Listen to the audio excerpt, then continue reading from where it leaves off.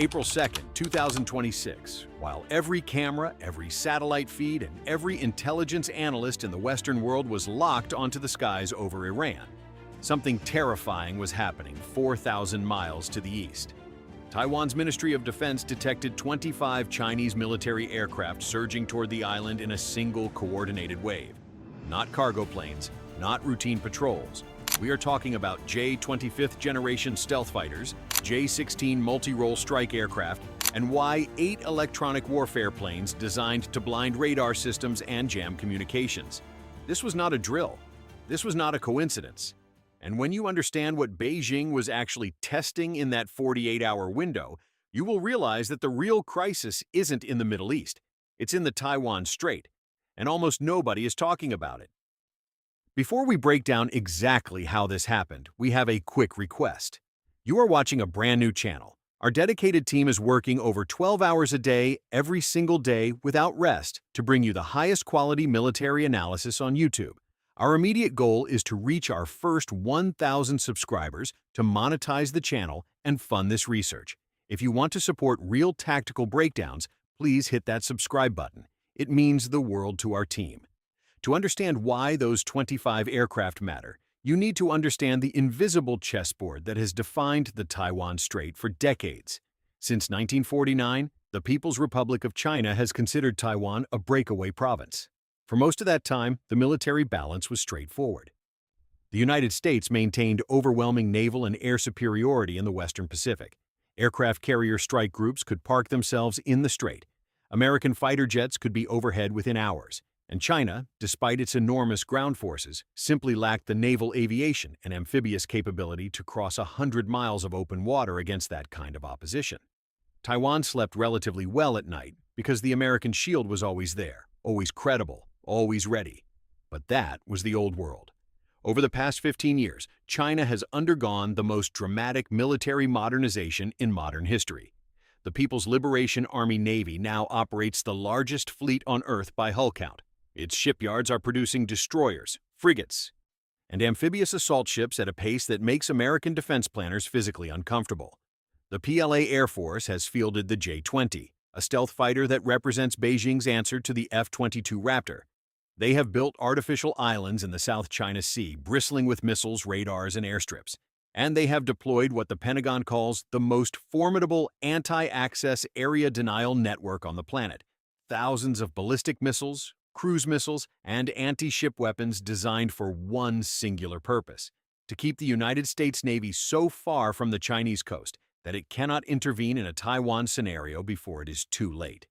Despite all of this buildup, one critical factor has always restrained Beijing. The United States, even with its forces spread across the globe, has maintained enough presence in the Indo-Pacific to make any move on Taiwan catastrophically risky. Bases in Japan, Guam, South Korea, and the Philippines form a chain of airfields and ports that can funnel American combat power into the region within days. Carrier strike groups rotate through the Western Pacific on a regular schedule. Intelligence, surveillance, and reconnaissance assets, satellites, P-8 Poseidon maritime patrol aircraft, undersea sensors, keep a constant watch on Chinese military movements. For Beijing, the math has never quite worked. The window of opportunity to seize Taiwan before American reinforcements arrive has always been too narrow, too uncertain, too dangerous, until now. Because what happened on April 2nd changes that math in a way that should alarm every strategist in Washington, Tokyo, and Taipei. Now picture the situation from Beijing's perspective. The United States has just launched a major military campaign against Iran. Carrier strike groups that might otherwise be patrolling the Western Pacific are repositioned to the Arabian Sea and the Persian Gulf. Fighter squadrons from bases across the Middle East and Europe are surging into the Iran theater.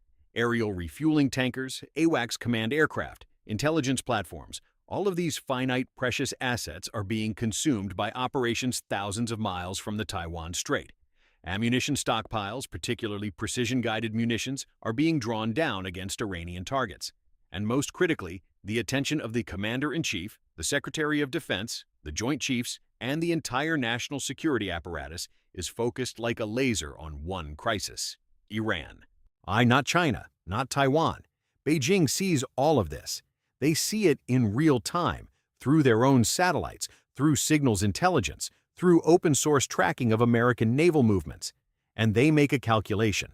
Not a decision to invade, not yet. Something far more subtle and, in many ways, far more dangerous. They decide to test 25 aircraft. That is the number Taiwan's Ministry of Defense reported in the span of roughly 48 hours, one of the highest single spikes in Chinese air activity around the island in recent memory. But the composition of that package tells you everything about Beijing's intent.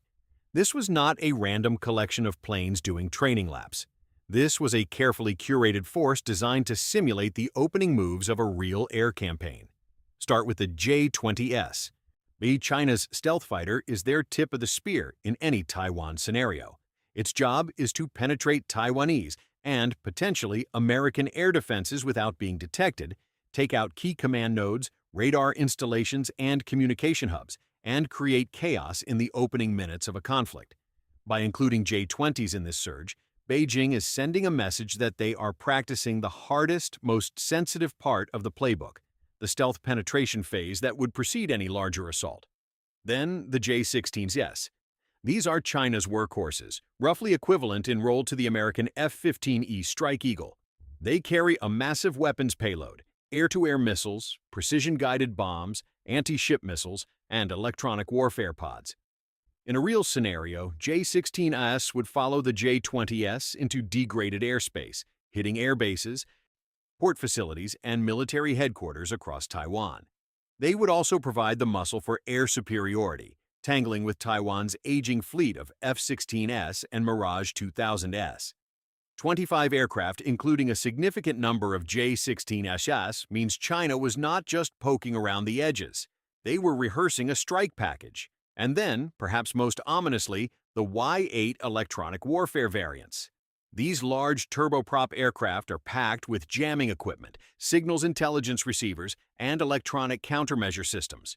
Their job is to create what you can think of as a wall of static, an invisible curtain of electromagnetic noise that blinds enemy radars, scrambles communications, and makes it nearly impossible for defenders to coordinate a response. In military terms, they are the enablers. Without them, strike aircraft fly into a hornet's nest of missiles and fighters. With them, the strike aircraft operate inside a protective bubble of electronic chaos. Including Y-8S in this package means Beijing was practicing the full kill chain, from suppression of enemy defenses all the way through to strike execution. Now here is the part that should keep you up at night. Taiwan's Air Force scrambled to respond. They tracked the Chinese aircraft. They issued radio warnings. They shadowed the formation with their own fighters. Standard procedure. But consider the strain.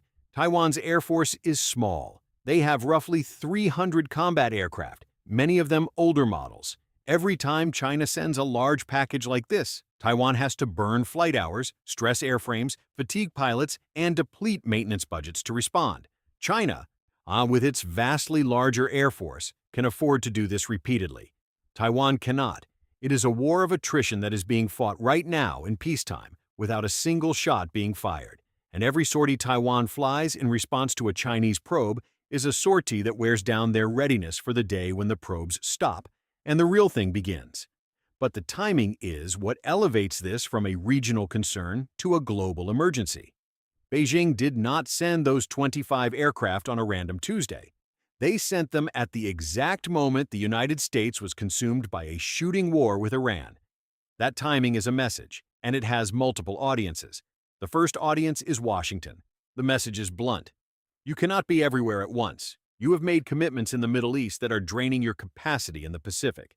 And we see your carriers moving west. We see your tankers flying east. We see your munitions being expended on Iranian targets. And we are here, ready, watching, with a fleet and an air force that has not fired a single shot and is fresh, full, and coiled. The second audience is Taipei. The message is equally brutal. Your protector is distracted. The cavalry you are counting on is busy in another theater. When the moment comes, will they really be able to pivot fast enough?